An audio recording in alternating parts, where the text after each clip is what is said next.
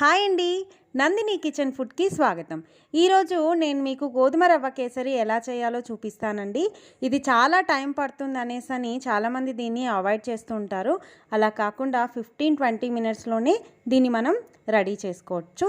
అదేవిధంగా నేను చెప్పే పక్కా కొలతలతో మీరు ట్రై చేశారంటే అన్నవరం సత్యనారాయణ స్వామి ప్రసాదం టేస్ట్లో ఉంటుందండి. ఇంకెందుకు ఆలస్యం, రెసిపీలోకి వెళ్ళిపోదాం. ముందుగా ఓ కడాయి తీసుకొని అందులో 4 టీ స్పూన్ల నెయ్యి వేసుకోవాలి. నెయ్యి వేడయ్యాక డ్రై ఫ్రూట్స్ వేసుకొని వేయించేసుకొని పక్కన పెట్టేసుకోవాలి. అదే ప్యాన్లో 1 కప్పు గోధుమ రవ్వ తీసుకోవాలి. గోధుమ రవ్వ తీసుకొని దాన్ని కూడా చక్కగా వేయించుకోవాలండి. ఏ కేసరి అయినా టేస్ట్ ఉండాలి అంటే ఫస్ట్ రవ్వని కరెక్ట్గా వేయించుకోవాలండి. రవ్వ వేయించుకోవడంలోనే కేసరి రుచంతా దాగుంటుంది. చూసారా, రవ్వ ఏ విధంగా వేగిందో ఈ కలర్లోకి రావాలండి. ఈ కలర్లోకి వచ్చే వరకు రవ్వ వేయించుకోవాలి. ఇప్పుడు దీన్ని తీసి పక్కన పెట్టేసుకుందాము. ఇప్పుడు ఒక కుక్కర్ తీసుకొని అందులో 3 కప్పుల నీళ్లు పోసుకోవాలి. నా దగ్గర సన్న గోధుమ రవ్వ ఉంది కాబట్టి నేను 3 కప్పులు పోసుకున్నాను. కొంచెం దొడ్డుదైతే 4 కప్పుల వరకు పోసుకుంటే సరిపోతుంది. మీరు ఇంకో ½ కప్ కూడా యాడ్ చేసుకోవచ్చు దీనికి. నీళ్ళు ఈ విధంగా మరగపెట్టుకోవాలి. ఇలా మరుగుతున్న నీళ్ళల్లో మనం ముందుగా వేయించుకున్న రవ్వ ఏదైతే ఉందో అది ఇందులో యాడ్ చేసుకోవాలి.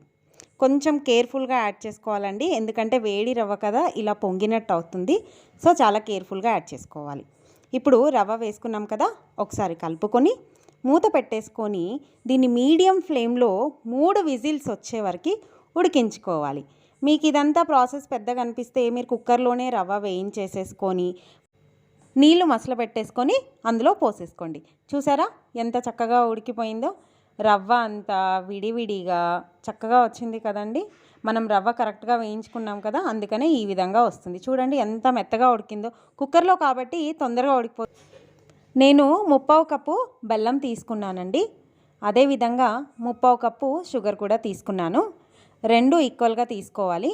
నాకు ఇది సరిపోతుందండి. మీకు ఇంకొంచెం స్వీట్ కావాలి అంటే మీరు 1 కప్పు బెల్లం 1 కప్పు షుగర్ తీసుకోండి. బెల్లం షుగర్ కరిగిపోయే వరకు చక్కగా కలుపుకోవాలండి. చూసారా, బెల్లం షుగర్ చక్కగా కరిగిపోయాయి. మన సిర కూడా దగ్గర పడింది. ఇప్పుడు దీంట్లో ఇలాచీ వేసుకోవాలండి. నేను ఇలాగే వేసుకుంటాను, మీరు కావాలంటే పౌడర్ చేసి వేసుకోండి. ఆ తర్వాత డ్రై ఫ్రూట్స్ వేసుకోవాలి. వేసుకున్న తర్వాత ఒకసారి కలుపుకోవాలి. ఇలా చక్కగా కలుపుకున్న తర్వాత ఒక 4 టీ స్పూన్ల నెయ్యి యాడ్ చేసుకోవాలండి. దీనికి నెయ్యి ఎక్కువగానే పడుతుంది. ఏంటి ఇంత నెయ్యి వేస్తున్నాను అనేసి అనుకుంటున్నారా? మీరు చూడండి, ఇప్పుడు నేను చూపిస్తాను. చూడండి ఎక్కడ నెయ్యి వేసినట్టుందో, మొత్తం అంతా ఇంకిపోయింది. మళ్ళీ ఒక 3 స్పూన్స్ నెయ్యి యాడ్ చేస్తున్నాను.